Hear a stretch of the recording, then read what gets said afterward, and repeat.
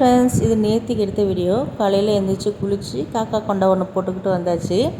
தலை வந்து ரொம்ப ஈரமாக ஆகுது. அடியிலலாம் மேலெல்லாம் காஞ்சது, அடியில் மட்டும் ஈரமாக இருக்கிறதுனால மேலே சுற்றி ஒரு கொண்டையை போட்டுவிட்டா அது பின்னாடியெல்லாம் ஆறிடும் அப்படின்னு சொல்லிட்டு அந்த மாதிரி ஒரு காக்கா கொண்டை போட்டு வச்சுருக்கேன். அதுக்கு பேர் வந்து காக்கா கொண்டை நானே வச்சுருக்கேன். கிச்சடி செஞ்சேன். கேரட் பீன்ஸ் பட்டாணி எதுவுமே இல்லை, வெறும் தக்காளி வெங்காயம் மட்டும் போட்டு கிச்சடி செஞ்சுட்டு தேங்காய் சட்னி செஞ்சுருக்கேன்.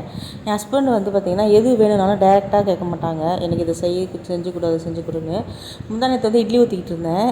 என்னப்பா செய்கிற, கிச்சடியா அப்படின்னு வந்து கேட்டு போனாங்க. இட்லி குண்டான் அப்போ வச்சுருக்கேன், கிச்சடியான்னு கேட்டு போகிறாங்கன்னு யோசித்தேன்.